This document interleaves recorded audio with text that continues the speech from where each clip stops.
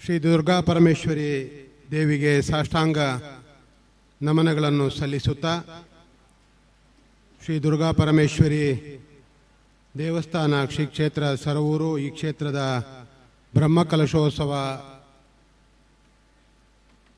ಈ ಒಂದು ಸಂಭ್ರಮದಲ್ಲಿ ಈಗಾಗಲೇ ಆಶೀರ್ವಚನ ನೀಡಿದಂಥ ಗುರುವರಿಯರಿಗೆ ಸಾಷ್ಟಾಂಗ ನಮನಗಳನ್ನು ಸಲ್ಲಿಸುತ್ತಾ, ವಿಶೇಷವಾಗಿ ವೇದಿಕೆಯಲ್ಲಿ ಉಪಸ್ಥಿತರಿರುವಂಥ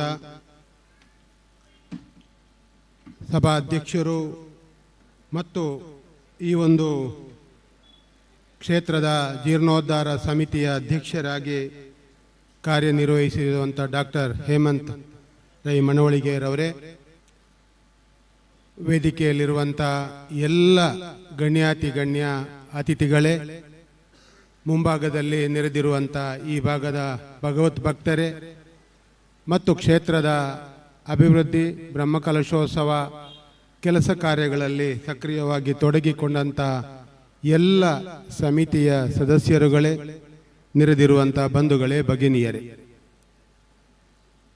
ಸ್ವಾಮೀಜಿಗಳ ಆಶೀರ್ವಚನ ಮುಗಿದು ಅತಿಥಿಯಾಗಿ ಒಂದೆರಡು ಮಾತುಗಳನ್ನು ಇಲ್ಲಿ ಆಡುವಂಥ ಅನಿವಾರ್ಯತೆ. ಮೊದಲಾಗಿ ಸರವೂರು ಶ್ರೀ ದುರ್ಗಾ ಪರಮೇಶ್ವರಿ ಕ್ಷೇತ್ರದ ಬ್ರಹ್ಮಕಲಶೋತ್ಸವ ಬಹಳ ಅದ್ಧೂರಿಯಾಗಿ ನಡೀತಾ ಇದೆ. ಅದನ್ನು ನಮಗೆಲ್ಲರಿಗೂ ಒಂದು ಕಣ್ಣಾರೆ ಕಾಣುವಂಥ ಯೋಗ ಭಾಗ್ಯಗಳು ಬಂದಿದೆ ಅಂತ ಹೇಳುವುದನ್ನು ನಾನು ಮೊದಲಾಗಿ ಹೇಳುತ್ತಾ, ಈ ಕ್ಷೇತ್ರದ ಅಭಿವೃದ್ಧಿ ಕೆಲಸ ಕಾರ್ಯಗಳು ಮತ್ತು ಅತ್ಯಂತ ಅಚ್ಚುಕಟ್ಟಾಗಿ ಬ್ರಹ್ಮಕಲಶೋತ್ಸವಕ್ಕೆ ಆದಂಥ ಏರ್ಪಾಡುಗಳು, ದೇವಾಲಯದ ಸುಂದರ ನಿರ್ಮಾಣ ಸಹಿತ ಈ ಎಲ್ಲ ಕಾರ್ಯಗಳನ್ನು ನೋಡುವಾಗ ಒಂದು ಕಡೆ ದೇವಿಯ ಮಹಿಮೆ, ಈ ಕ್ಷೇತ್ರದ ಪ್ರತಿಷ್ಠೆ ನಮಗೆಲ್ಲ ಗೋಚರಿಸ್ತಾ ಇದೆ.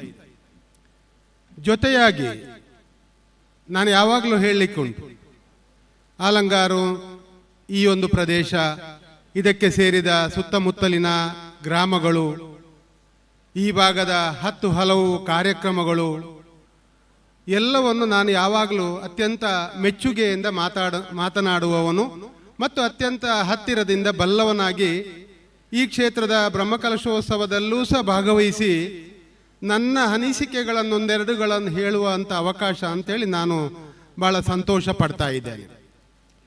ಭಾಳ ಮುಖ್ಯವಾಗಿ ಉಲ್ಲೇಖ ಮಾಡುವಂಥದ್ದು, ಒಂದು ಊರಿಗೆ, ನಾವು ಯಾವುದೇ ಊರಿಗೆ ಹೋದಾಗ ನಾವು ಭಾಳ ಪ್ರಮುಖವಾಗಿ ಹಿಂದೂಗಳಾದವರು ಆ ಊರಿನ ಒಂದು ದೇವಸ್ಥಾನವನ್ನು ನೋಡಿ ಅಲ್ಲಿ ನಿರ್ಣಯ ಆಗ್ತದೆ, ಈ ಊರಿನ ಜನ ಹೇಗಿದ್ದಾರೆ, ಹೇಗಿರಬಹುದು ಅಂತ ಹೇಳುವುದನ್ನು ಊಹಿಸಲು ಸಾಧ್ಯವಾಗುತ್ತೆ. ಆ ದೃಷ್ಟಿಯಲ್ಲಿ ನಾನು ಇವತ್ತು ಸರವೂರು ಈ ಕ್ಷೇತ್ರವನ್ನು ನೋಡುವಾಗ ದೇವಿಯ ಮಹಾತ್ಮೆ ಒಂದು ಕಡೆ ಆಗಿದ್ರೆ, ಈ ಊರಿನ ಜನರ ಆ ಭಾವನೆಗಳು ಮತ್ತು ಆ ಶಿಸ್ತುಬದ್ಧವಾದ ಜೀವನದೊಂದಿಗೆ ದೇವರು ಎನ್ನುವಂಥ ದೃಷ್ಟಿಯಲ್ಲಿ ದೇವರ ನಂಬಿಕೆಯ ಜೊತೆಯಾಗಿ ಸೇರಿಕೊಂಡು ಮಾಡುವಂಥ ಸೇವೆಗಳ ಮೂಲಕ ತಮ್ಮ ವ್ಯಕ್ತಿತ್ವ, ತಮ್ಮ ವಿಚಾರಗಳನ್ನು ಪ್ರಸ್ತುತಪಡಿಸುವ ಸಂದರ್ಭ ಅಂತ ಹೇಳಿದ್ರು ತಪ್ಪಾಗ್ಲಿಕ್ಕಿಲ್ಲ. ಯಾಕೆ ಈ ಮಾತನ್ನು ಹೇಳಬೇಕಾಗ್ತದೆ ಅಂತ ಹೇಳಿದರೆ, ದೇವಿ ನಮ್ಮಿಂದ ಎಲ್ಲವನ್ನು ಮಾಡಿಸಿಕೊಳ್ಬೇಕು ಅಂದಿದ್ರೆ ನಾವು ಅದಕ್ಕೆಲ್ಲದಕ್ಕೂ ತಯಾರಿ ಇರಬೇಕಾಗತ್ತೆ. ನಮಗೂ ಅದಂಥ ಒಂದು ಶಕ್ತಿಯನ್ನು ದೇವರು ಕೊಟ್ಟಿರಬೇಕಾಗ್ತದೆ. ಕೊಡದಿದ್ದರೆ ಯಾವುದನ್ನು ಮಾಡಲಿಕ್ಕೆ ಸಾಧ್ಯತೆ ಇಲ್ಲ. ಆ ದೃಷ್ಟಿಯಲ್ಲಿ ಇವತ್ತು ನಾವು ಗಮನಿಸುವಾಗ ಈ ಕ್ಷೇತ್ರದಲ್ಲಿ ಆದಂಥ ಅಭಿವೃದ್ಧಿ ಕಾರ್ಯಗಳು, ಜೀರ್ಣೋದ್ಧಾರ ಕಾರ್ಯಗಳು, ಬ್ರಹ್ಮಕಲಶೋತ್ಸವಗಳನ್ನೆಲ್ಲವನ್ನು ನೋಡುವಾಗ ಈ ಊರಿನ ಜನ ಎಷ್ಟು ಪುಣ್ಯವಂತರು, ಭಾಗ್ಯವಂತರು, ಎಷ್ಟು ಒಳ್ಳೆಯವರು ಅಂತ ಹೇಳುವ ಮಾತನ್ನು ನಾನು ಉಲ್ಲೇಖ ಮಾಡಲೇಬೇಕಾಗಿದೆ. ಹಾಗಾಗಿ ಅವರೆಲ್ಲರ ಭಾಗ್ಯ ಹೇಳ್ಬಹುದು, ಅನೇಕ ಮಂದಿ ಹೇಳ್ಬೋದು, ನಾನು ಈ ಊರಿನಲ್ಲಿ ನೆಲೆಸಿರುವುದು ನನ್ನ ಭಾಗ್ಯ, ಹಾಗಾಗಿ ಇಂಥ ಒಂದು ಕ್ಷೇತ್ರದ ಸೇವೆಯನ್ನು ಮಾಡಲು ನನಗೆ ದೇವರ ಅನುಭವ ಕೊಟ್ಟಿದ್ದಾರೆ, ಅದಕ್ಕೆ ಬೇಕಾದ ಅನುಕೂಲತೆಗಳನ್ನು ಕೊಟ್ಟಿದ್ದಾರೆ, ಅದಕ್ಕೆ ಬೇಕಾದ ಶಕ್ತಿಗಳನ್ನು ಕೊಟ್ಟಿದ್ದಾರೆ, ಅದರಲ್ಲಿ ಒಂದಂಶವನ್ನು ಕೊಟ್ಟು ನಾನು ಭಾಗವಹಿಸ್ತಾ ಇದ್ದೇನೆ, ಅದು ನನ್ನ ಪಾಲಿನ ಭಾಗ್ಯ ಅಂತೇಳಿ ನಾವು ಭಾವಿಸಬೇಕು. ಆ ದೃಷ್ಟಿಯಲ್ಲಿ ನಾವು ಉಲ್ಲೇಖ ಮಾಡುವಾಗ ಒಂದು ಕ್ಷೇತ್ರ ಬಹಳಷ್ಟು ಒಳ್ಳೆಯ ರೀತಿಯಲ್ಲಿ ಇದೆ ಅಂತ ಹೇಳಿದ್ರೆ ಈ ಊರೇ ಒಳ್ಳೇದಿದೆ, ಈ ಊರಿನ ಜನ ಬಹಳ ಒಳ್ಳೆಯವರು ಅಂತ ಹೇಳುವಂಥದ್ದನ್ನು ನಾವು ತೀರ್ಮಾನಗಳನ್ನು ಮಾಡಬೇಕಾಗ್ತದೆ.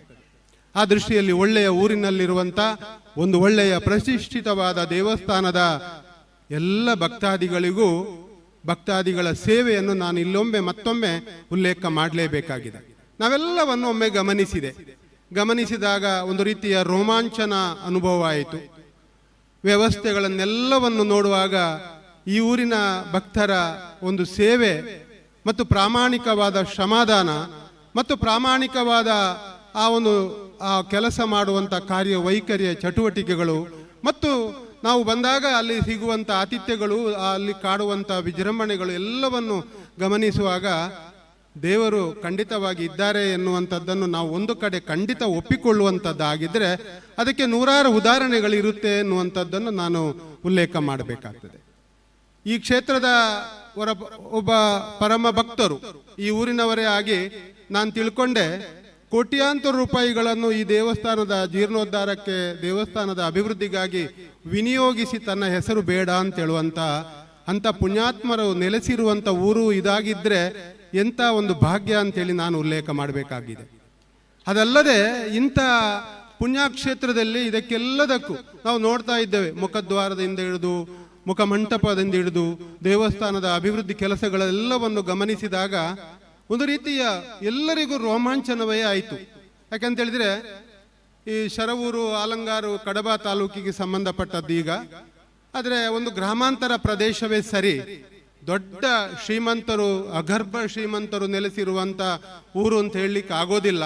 ಆದರೆ ಈ ದೇವಸ್ಥಾನವನ್ನು, ಈ ವ್ಯವಸ್ಥೆಗಳೆಲ್ಲವನ್ನು ನೋಡುವಾಗ ಈ ಊರಿನ ಜನ ಎಲ್ಲರೂ ಶ್ರೀಮಂತರೇ, ಹೃದಯ ಶ್ರೀಮಂತಿಗೆ ಜನ ಎನ್ನುವಂಥದ್ದನ್ನು ನಾವು ಅರ್ಥ ಮಾಡಿಕೊಳ್ಬೇಕಾಗಿದೆ. ಅಂಥ ಒಂದು ವ್ಯವಸ್ಥೆಯಲ್ಲಿ ಬಹಳ ಅಚ್ಚುಕಟ್ಟಾದ ಒಂದು ಬ್ರಹ್ಮಕಲಶೋತ್ಸವ ಈ ಕ್ಷೇತ್ರದಲ್ಲಿ ಇವತ್ತು ನಡೀತಾ ಇದೆ. ಇದಕ್ಕಾಗಿ ಬಹಳಷ್ಟು ಮಂದಿ ಬಹಳಷ್ಟು ಸಮಯದಿಂದ ಹೇಳಿದರು, 1 ವರ್ಷ 11 ತಿಂಗಳುಗಳ ಕಾಲದಿಂದ ಕಾಲ ನಿರ್ಣಯವನ್ನು ಮಾಡಿಕೊಂಡು ಇವತ್ತು ಈ ಕ್ಷೇತ್ರದ ಅಭಿವೃದ್ಧಿಗಳು ಬೇರೆ ಬೇರೆ ರೀತಿಯಲ್ಲಿ ಧ್ವಜಸ್ತಂಭ, ಏಕಶಿಲೆಯಿಂದ ಆದಂಥ ಧ್ವಜಸ್ತಂಭ, ಅದನ್ನು ನೋಡುವಾಗಲೇ ಒಂದು ರೀತಿಯ ಏನೋ ನಾವು ಎಲ್ಲಿದ್ದೇವೆ ಅಂತ ಹೇಳುವಂಥದ್ದು, ಅಂತ ಆ ದೇವರ ಮಹಿಮೆ ಏನು ಎನ್ನುವುದನ್ನು ನನಗೆ ಉಲ್ಲೇಖ ಮಾಡಲಿಕ್ಕೆ ಆಗ್ತಾ ಇಲ್ಲ. ಒಟ್ಟಿನಲ್ಲಿ ಈ ಕ್ಷೇತ್ರ ಒಂದು ರೀತಿಯ ಬಹಳಷ್ಟು ಪ್ರತಿಷ್ಠೆಯನ್ನು ಈ ಮೊದಲೇ ಹೊಂದಿರುವಂಥದ್ದು, ಬಹಳ ಕಾರ್ಣಿಕೆಯನ್ನು ಹೊಂದಿರುವಂಥದ್ದು, ಏನು ಬೇಡಿದರೂ ಅದು ಆಗುವಂಥದ್ದು ಎನ್ನುವುದರಲ್ಲಿ ಯಾವುದೇ ಸಂಶಯ ಇಲ್ಲ. ಮತ್ತೊಮ್ಮೆ ಬ್ರಹ್ಮಕಲಶೋತ್ಸವದ ನಂತರ ಈ ಕ್ಷೇತ್ರದ 10 ಅಭಿವೃದ್ಧಿ ಕಾರ್ಯಗಳು, ಮತ್ತಷ್ಟು ಜನ ಈ ಭಾಗದಲ್ಲಿ ಶಕ್ತಿವಂತರಾಗಿ ಮೂಡಿ ಬರುವುದಲ್ಲದೆ ಅನೇಕ ರೀತಿಯ ಕೆಲಸ ಕಾರ್ಯಗಳು ಈ ಕ್ಷೇತ್ರದಲ್ಲಿ ಆಗಿದೆ. ನಾನು ಹೇಳುವಂಥದ್ದು, ನಮಗೆ ಕೆಲವು ಸಂದರ್ಭದಲ್ಲಿ ದೈವ ಮತ್ತು ದೇವರಲ್ಲಿರುವಂಥ ವ್ಯತ್ಯಾಸಗಳು, ದೇವರು ನಮಗೆ ಸಾಕ್ಷಾತ್ ಆಗಿ ಕಾಣ್ತಾರೆ ಅಂತ ಹೇಳುವಾಗ ನಾವು ವಿಗ್ರಹವನ್ನು ನೋಡಿ ಪೂಜೆ ಮಾಡ್ತೇವೆ, ಸಾಕ್ಷಾತ್ ಆಗಿ ಕಾಣುವುದಿಲ್ಲ, ಮಾತುಗಳು ಹೇಳುವಾಗಿಲ್ಲ, ದೇವರು ಏನು ಮಾತನ್ನು ಹೇಳುವುದಿಲ್ಲ. ಆದರೆ ದೈವದ ವಿಚಾರಕ್ಕೆ ಹೋದಾಗ ದೈವ ಅಲ್ಲಿ ಮಾತಾಡ್ತದೆ, ನಮ್ಮನ್ನು ಹೆದರಿಸ್ತದೆ, ಗದರಿಸ್ತದೆ, ನಮಗೆ ಅಭಯ ಕೊಡ್ತದೆ, ಬೇರೆ ಬೇರೆ ರೀತಿಯಲ್ಲಿ ಆಗುವಾಗ ದೈವ ಮತ್ತು ದೇವರಲ್ಲಿರುವಂಥ ವ್ಯತ್ಯಾಸಗಳು. ಆದರೆ ದೇವರ ಕಾರ್ಣಿಕೆಗಳನ್ನು ಉಲ್ಲೇಖ ಮಾಡುವಂಥದ್ದಿದ್ರೆ ನಾನೊಂದು ಸಣ್ಣ ಉದಾಹರಣೆಯನ್ನು ಕೊಡಬೇಕಾಗಿದೆ. ಅಂತ ನೂರಾರು ಉದಾಹರಣೆಗಳು ಈ ಕ್ಷೇತ್ರದಲ್ಲೂ ಇರಬಹುದು. ಕಾವು ಶ್ರೀ ಪಂಚಲಿಂಗೇಶ್ವರ ದೇವಸ್ಥಾನದ ಜಾತ್ರೋತ್ಸವ ಮೊನ್ನೆ ಮುಗಿಯಿತು. ನನ್ನ ಸಹೋದರ ಅಲ್ಲಿ ವ್ಯವಸ್ಥಾಪನಾ ಸಮಿತಿಯ ಅಧ್ಯಕ್ಷ. ಅಲ್ಲಿ ಒಂದು ಸಣ್ಣ ಘಟನೆ, 2-3 ಘಟನೆಗಳಿದೆ. ಅಂದರೆ ನಾವು ನಂಬಲೇಬೇಕಾದಂಥ ರೋಮಾಂಚನ ಘಟನೆಗಳು. ವರ್ಷಂಪ್ರತಿ ಇಲ್ಲಿ ಸಹ ಇರ್ಬೋದು, ಜಾತ್ರೋತ್ಸವದ ಸಂದರ್ಭದಲ್ಲಿ ತುಲಾಭಾರವನ್ನು ಮಾಡುವಂಥದ್ದು, ಯಾವುದೇ ಒಂದು ಹರಕೆಗಳನ್ನು ನಾವು ತುಲಾಭಾರಗಳ ಮೂಲಕ ಮಾಡುವಂಥದ್ದು, ಯಾವುದೇ ಒಂದು ವಸ್ತುವಿನ ಮೂಲಕ ತುಲಾಭಾರವನ್ನು ಮಾಡ್ತೇವೆ. ಹಾಗಾಗಿ ಮೊನ್ನೆ ಜಾತ್ರೋತ್ಸವದ ತುಲಾಭಾರ ಸಂದರ್ಭದಲ್ಲಿ ಒಂದು ಮಗು 26 kg ಇರ್ತದೆ. ಒಂದು ಮಗು, ನೀವೆಲ್ಲ ಕೇಳಬೇಕಾದಂಥ ಒಂದು ಸತ್ಯ ಕತೆ ಇದು. ನಾನು ಕತೆ ಹೇಳುವುದಿಲ್ಲ, ಸುಳ್ಳು ಹೇಳುವುದಿಲ್ಲ, ಅಗತ್ಯವೂ ಇಲ್ಲ. ಆದರೆ ನಡೆದಂಥ ಒಂದು ಘಟನೆ ಏನಾಯಿತು ಅಂತ ಹೇಳಿದರೆ, 26 kg ಇರುವಂಥ ಮಗುವಿಗೆ 30 kg ಹಕ್ಕಿಯನ್ನು ಅದರ ಮಗುವನ್ನು ತುಲಾಭಾರ ಮಾಡಿಸುವವರು ತರ್ತಾರೆ. 30 kg ತರ್ತಾರೆ, 4 kg ಹೆಚ್ಚೇ ತರ್ತಾರೆ. ಈ ಅಕ್ಕಿಯನ್ನು ತಂದು ಮಗುವನ್ನು ತುಲಾಭಾರ ಮಾಡಿದಾಗ 30 kg ಮಗು ಬರ್ತಾ ಇಲ್ಲ. ಯಾಕೆ ಅವರಿಗೆ ಸಂಶಯ ಆಯಿತು, 26 kg ಇರುವಂಥದ್ದು ನಾನು 4 kg ಹೆಚ್ಚು ತಂದಿದ್ದೇನೆ ಅಂತೇಳಿ. ಮತ್ತೆ ಪೆನೋ ಅಲ್ಲಿ ಏನೋ ಇದ್ದ ಅಂತ ಅಕ್ಕಿಯನ್ನು ಸೇರಿಸಿ ಮತ್ತೆ ಅದು 40 kg ಆಗ್ತದೆ. ಮಗು ತುಲಾಭಾರದಲ್ಲಿ ತೂಕಕ್ಕೆ ಬರ್ತಾ ಇಲ್ಲ. ಅದು 50 kg ಆಗ್ತದೆ, ಮಗು ತುಲಾಭಾರಕ್ಕೆ ಬರ್ತಾ ಇಲ್ಲ. ಏನು ಇದು ಇರ್ಬೋದು, ಏನು ಆಗಿರ್ಬೋದು ಎನ್ನುವಾಗ ಮತ್ತೆ 5 kg ಹಾಕಿದಾಗಲೂ ಮಗು 55 kg ತುಲಾಭಾರದಲ್ಲಿ ತೂಕ ಬರ್ತಾ ಇಲ್ಲ. ಮತ್ತೆ ಎಲ್ಲರೂ ಅಲ್ಲಿ ಸ್ವಲ್ಪ ಚರ್ಚೆಯಾಗಿ ಉಗ್ರಾಣದಿಂದ ತಂದು 1 kg ಅಕ್ಕಿಯನ್ನು ಅಲ್ಲಿ ಹಾಕ್ತಾರೆ. ದೇವರ ಉಗ್ರಾಣದಿಂದ ತಂದು 1 kg ಹಾಕಿದಾಗ 56 kg ಮಗುವಿನ ತೂಕ ಬರ್ತದೆ. ನೋಡಿ, ಇದು ನಾನು ಯಾಕೆ ಇದನ್ನು ಹೇಳಿದೆ ಅಂತ ಹೇಳಿದ್ರೆ, ಸತ್ಯ ಎಲ್ಲಿದೆ, ಯಾವ ರೀತಿ ಪರೀಕ್ಷೆ ಮಾಡಬಹುದು ಅಂತ ಹೇಳಿದಾಗ, ಮಗು 26 kg ಇದ್ದಂತ ಮಗು 56 kg ತೂಕಕ್ಕೆ ಬರ್ತದೆ ಅಂತ ಹೇಳುವಾಗ, ಇದು ದೇವರಲ್ಲಿರುವಂತ ಶಕ್ತಿ ಅಂತ ಹೇಳುವಂಥದ್ದನ್ನು ನಾನು ಇಲ್ಲಿ ಒಂದು ಉದಾಹರಣೆ. ಆದರೆ ಅದೇ ರೀತಿ ತುಲಾಭಾರದಲ್ಲಿ ಇನ್ನೊಂದು ಆಗ್ತದೆ. ಅಂದ್ರೆ ಎಲ್ಲಿ ಎಡವಟ್ಟು ಎಲ್ಲಿ ಆಗಿದೆ ಅಂತ ಹೇಳಿದ್ರೆ, ನಾವು ತುಲಾಭಾರಕ್ಕೆ ಬೇಕಾದಂತ ವಸ್ತುವನ್ನು ನಾವೇ ತಂದು ಕೊಟ್ಟು ಅಲ್ಲಿ ಮಾಡಿಸಿದಾಗ ಅದು ದೇವರ ಒಪ್ಪಿಗೆ ಅಲ್ಲಿ ಇರಲಿಲ್ಲ. ಅದು ಉಗ್ರಾಣದಿಂದ ತಂದು ಅದನ್ನು ತೂಕ ಮಾಡಬೇಕಾಗಿತ್ತು ಅಂತ ಹೇಳುವಂತ ಒಂದು ಸತ್ಯವನ್ನು ಅಲ್ಲಿ ಕಾಣಿಸುವಂತ ಆಯಿತು. ಇನ್ನೊಂದು ಕಡೆ ಅದೇ ರೀತಿಯಲ್ಲಾಯಿತು. ಇನ್ನೊಬ್ರು 65 kg ಇದ್ದಾರೆ, ಅವರ ತೂಕವು ಅಲ್ಲಿ ತುಲಾಭಾರದಲ್ಲಿ ಆಗ್ತದೆ. 95 kg ತನಕ ಅವ್ರ ತೂಕ ಬರಲಿಲ್ಲ. 95 kg ತನಕ 95 kg ಅವರ ತೂಕ ಬರ್ತದೆ. ಅವರು ಬಂದು ಪುನಃ ಚರ್ಚೆ ಮಾಡ್ತಾರೆ ಕಚೇರಿಯಲ್ಲಿ. ನಾನು 65 ಕಿಲೋ ಇರೋದು ನಿಮ್ಮ ಮೋಸ ಇದೆಯಾ ಅಥವಾ 95 ಕಿಲೋ ಯಾಕಾಯ್ತು ಹೇಗಾಯ್ತು ಅಂತೇಳಿ ಕೇಳ್ತಾರೆ. ಆಗ ನಮ್ಮ ಉತ್ತರ ಏನಾಗಿತ್ತು ಅಂತ ಹೇಳಿದ್ರೆ, ನೀವು ದೇವರಲ್ಲೇ ಕೇಳಬೇಕು, ನಮ್ಮಲ್ಲಿ ಕೇಳಬಾರ್ದು ಅಂತ ಹೇಳಿ. ಯಾಕಂದ್ರೆ ನಿಮ್ಮ ತೂಕ ಅಲ್ಲಿ 95 kg ಬಂದಿದೆ, ಅದು ದೇವರಲ್ಲೇ ಕೇಳಬೇಕು ಅಂತ ಹೇಳುವಂಥದ್ದು ಇಂಥ ಒಂದೆರಡು ಘಟನೆಗಳಲ್ಲಿ ನಡೀತದೆ. ನಾನು ಅದನ್ನು ಹೇಳುವಂಥದ್ದು, ಇಂಥ ಅನೇಕ ಘಟನೆಗಳು ದೇವರಿದ್ದಾರೆ ಎನ್ನುವುದಕ್ಕೆ ಸಾಕ್ಷಿಯಾಗಿ ಇದನ್ನು ನಾವು ಪರಿಗಣಿಸುವಂಥದ್ದು. ಈ ಕ್ಷೇತ್ರವು ಅಂತ ಅನೇಕ ಉದಾಹರಣೆಗಳಿಗೆ ಸಾಕ್ಷಿಯಾಗಿದೆ ಎನ್ನುವಂಥದ್ದನ್ನು ನಾನು ಬಹಳ ಮುಖ್ಯವಾಗಿ ಉಲ್ಲೇಖ ಮಾಡುವುದಲ್ಲದೆ, ನಮ್ಮೆಲ್ಲರ ಬಹಳ ಆತ್ಮೀಯರಾಗಿದ್ದಂಥ ಕಮಲಾಕ್ಷ ರೈ ಅವರು ಅಂತೇಳಿ ಮನವಳಿಗೆ, ಇವರು ಈ ಕ್ಷೇತ್ರಕ್ಕೆ ದೊಡ್ಡ ಒಂದು ಜಮೀನ, ಸುಮಾರು 2 ಕೋಟಿ ಮೌಲ್ಯದ ಒಂದು ಜಮೀನನ್ನು ಸಮೇತ ಈ ಜಾಗಕ್ಕೆ ಬಿಟ್ಟು ಕೊಡ್ತಾರೆ ಅಂತ ಹೇಳುವಾಗ, ಈ ಕ್ಷೇತ್ರದ ಮಹತ್ವ ಏನಿರಬಹುದು, ಹೇಗಿರಬಹುದು ಎನ್ನುವುದನ್ನು ನಮಗ್ಯಾರಿಗೂ ಊಹಿಸಲಿಕ್ಕೆ ಸಾಧ್ಯ ಆಗ್ತಾ ಇಲ್ಲ.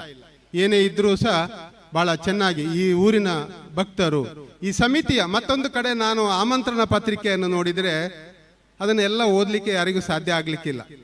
ಎಷ್ಟು ಜನ ಇದ್ದಾರೆ, ಯಾವ ಬೇರೆ ಬೇರೆ ಸಮಿತಿಯ ಮೂಲಕ ಕೊನೆಗೆ ಪ್ರಾರಂಭದಿಂದ ಕೆಲವು ದಿನದ ಕಾರ್ಯಕ್ರಮವನ್ನು ಮಗುಚಿ ನೋಡಿದಾಗ ಮತ್ತೆ ಕೊನೆಗಾಗುವಾಗ ಸಮಿತಿಯವರ ಹೆಸರನ್ನು ನೋಡಿದ್ರೆ ಮುಗಿತಾನೇ ಇಲ್ಲ. ಎಷ್ಟು ಜನ ಒಂದು ಭಕ್ತರು ಈ ಸಮಿತಿಯಲ್ಲಿ ಇದ್ದಾರೆ ಅಂತ ಹೇಳುವಂಥದ್ದನ್ನು ಆ ಆಮಂತ್ರಣ ಪತ್ರಿಕೆ ನೋಡುವಾಗಲೇ ಈ ಕ್ಷೇತ್ರದ ಈ ಊರಿನ ಮಹಿಮೆ ಎಲ್ಲವೂ ಅರ್ಥ ಆಗ್ತದೆ ಅಂತ ಹೇಳುವ ಮಾತನ್ನು ಹೇಳಿ, ಇದಕ್ಕೆಲ್ಲರೂ ಯಾರೆಲ್ಲರ ಕೈ ಜೋಡಿಸಿದ್ದಾರೋ ಎಲ್ಲರಿಗೂ ನಮ್ಮೆಲ್ಲ ನಂಬಿಕೆ, ನಾನು ಈಗ ಒಂದು ಕೊಟ್ಟ ಉದಾಹರಣೆಗಳ ರೀತಿಯಲ್ಲಿ ಯಾರು ಏನು ಕೊಟ್ಟರು ಯಾರಿಗೂ ನಮಗೆ ಕಡಿಮೆ ಆಗೋದಿಲ್ಲ.